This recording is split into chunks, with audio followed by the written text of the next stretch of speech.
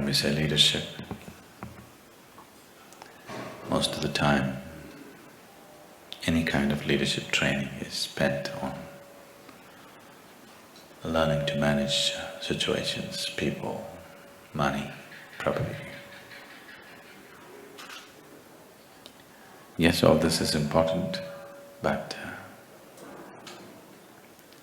how could you… Essentially, a leader means you must be able to manage a few thousand people. Or in other words, you're trying to manage a few thousand minds. But if you're incapable of managing this one, this mind, how will you manage that mind? Just by chance. When you're managing situations by chance, you will be always freaked.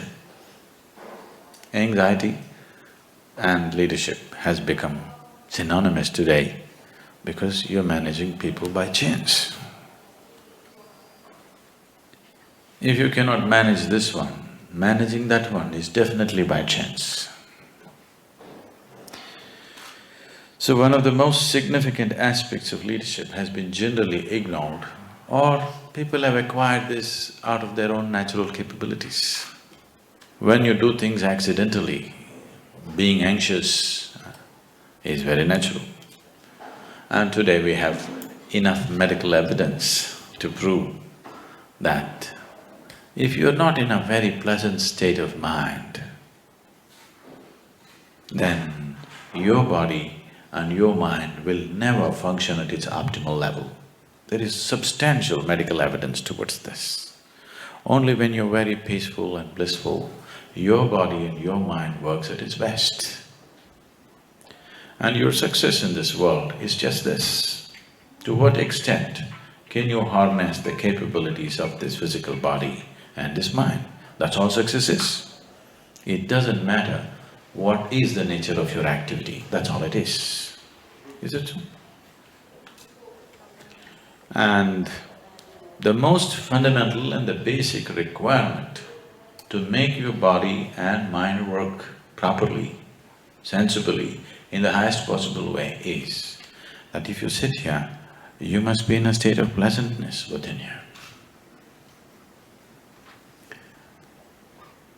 If I ask you the simple question, how many of you in these many years of living have had a 24-hour stretch, that is one single full day, where you did not have a single moment of irritation, agitation, anger, anxiety, stress, nothing. You just passed through it blissfully. How many? Very few people can say yes to this, not just here, in the whole world, unfortunately. In all these years of living, not even a single day happened the way you want it, not outside, within yourself. If your body and your mind took instructions from you, how would you keep it? Pleasant or unpleasant? Let me know your choices. How would you keep it? For yourself I'm saying, I'm not talking about your neighbor. You may have other intentions for him, but for this one, pleasantness, isn't it so? Yes or no? So if 124 hours did not pass in utter pleasantness, obviously your body and your mind are not taking instructions from you. Any instrument is truly useful to you only if it takes instructions from you, isn't it? Right now I'm using this microphone, this public address, it's very useful to me because it's amplifying whatever I say. Suppose it starts saying its own things, I better not be here, isn't it? Yes. Your mind and your body should do what you want it to do. And if it is doing what you want it to do, I'm 100% sure you will keep yourself in utmost blissfulness. Can I trust you on this? Can I trust you on this one thing? That if your mind was taking instructions from you, you would keep yourself blissful every moment of your life. If that's not happening, Obviously, it's not taking instructions. And there is enough scientific evidence to prove today that only when you're blissful, your mind and body does their best. I would say most human beings are functioning at 15 to 20% of their natural capabilities. If they could sit here in a sustained levels of pleasantness, you would see for 1 week, if you simply sit here, simply blissful, in 1 week you would be 100 or 200% more intelligent and sharp than the way you are right now. I'll assure you this, I can prove this to you, if you give me that 1 week. 1 week, you just stay simply pleasant and wonderful. I think these days you're trying to do that by taking a vacation, isn't it? Yes? Have you noticed? You went out and you had a good time and you were pleasant and you came back, you seem to function so much better. But if vacation is the only pleasant time in our life, obviously we're not going to be very productive, isn't it? If we do not know how to make our work hours very pleasant, we obviously not going to be very pleasant or very productive in our lives. So as there is a science and technology to create external well-being, there is a whole science and technology to create inner well-being. As we have paid so much attention to learn our way through the world, we need to spend a little bit of time to find a way through this one. The better you know this mechanism, the better you can use it, that's for sure, isn't it? That's true with anything. Whether you're using a computer or a cell phone or a car, the more you know about it, the better you can use it, isn't it so? So definitely that's true with this one too. The more you know about this, the better you can use it. But how much time have we spent with this? When I say this, I'm not talking about you going and reading a book on psychology or on your physiology, no. What you call as my body and what you call as my mind, both these things you acquired over a period of time. When you were born, you came with such a small body, isn't it? Slowly you accumulated this. What you accumulate can be yours, can never be you. Yes? I'm not disputing whether it's yours or not for now. But what you accumulate can be yours. Can it be you? Whatever you accumulate can be yours, but can never become you, isn't it? If you start thinking yourself to be something other than what you really are, there are bad medical terms for this, I will not go into that. 2 cows were grazing upon an English meadow. They were English cows. And one of the cows said, "What is your opinion on the mad cow disease?" The other said, "I don't care a hoot, as anyway I'm just a helicopter." Okay? If you think yourself to be something other than what you are, there are bad words for that, I won't use such things upon you. But it's very, very, very important, especially people who are in positions of power, positions of responsibility, that every action, every thought, every emotion that you generate has impact on many lives around you. When you are in such a position, it's extremely, extremely important that this one is in a state of utter pleasantness and well-being, isn't it so? If your life was just your own nonsense, it's up to you. Once you say, I'm a leader in some place, everything that you do, the way you think, the way you feel, the way you act, has impact on a few thousand lives. When that is so, it becomes of paramount importance that you take care of this one in a completely different way, not just being physically healthy, much, much more than that. Right now, unfortunately, most people's well-being is so fragile, just about anybody can hijack it. You went out today and somebody told you, you are the most wonderful person in the world.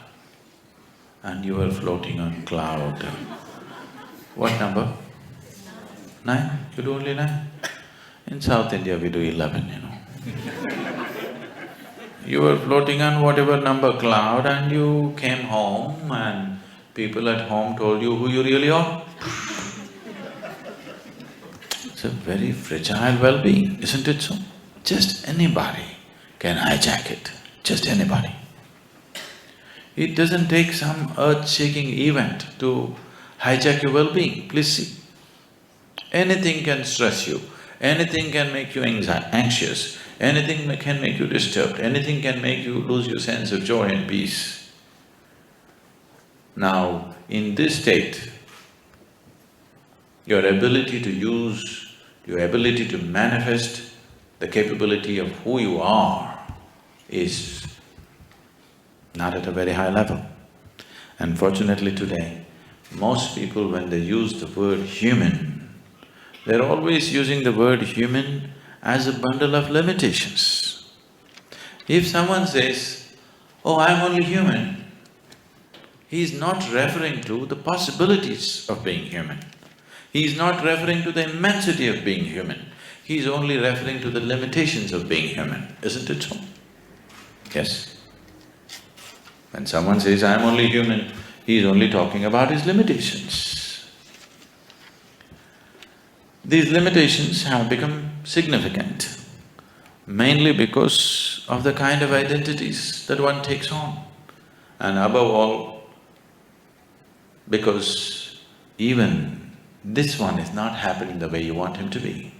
See, in your life, nobody happens 100% the way you want them, isn't it so? Has anybody happened in your life? Your parents, your friends, your spouse, your children, none of them happen 100% the way you want them. These days, not even your dog, he does his own thing. Has anybody happened 100% the way you want them? Or are you such a hopeless romantic, you're still hoping that somebody will happen 100% the way you want them? Nobody will happen. They'll happen to some extent. If they happen 51% the way you want them, you are doing great. Yes. Yes or no? If people people around you in your life are happening 51% the way you want them to be, that means you're doing great, your stake is good. So nobody happens the way you want them to be. It doesn't matter, that's not the real problem. The problem is this one is not happening the way you want him to be. Nobody happens, it's okay. This one person must happen the way you want him to be, isn't it so? Yes? If this one doesn't happen, it's a lost case. If this one did happen the way you want him, I'm sure you would keep him in the highest level of pleasantness and well-being. And that is a sure way of ensuring that who you are finds full expression in your life. Then when you say, I'm human, you will refer to the immensity of being human, not to the limitations of being human.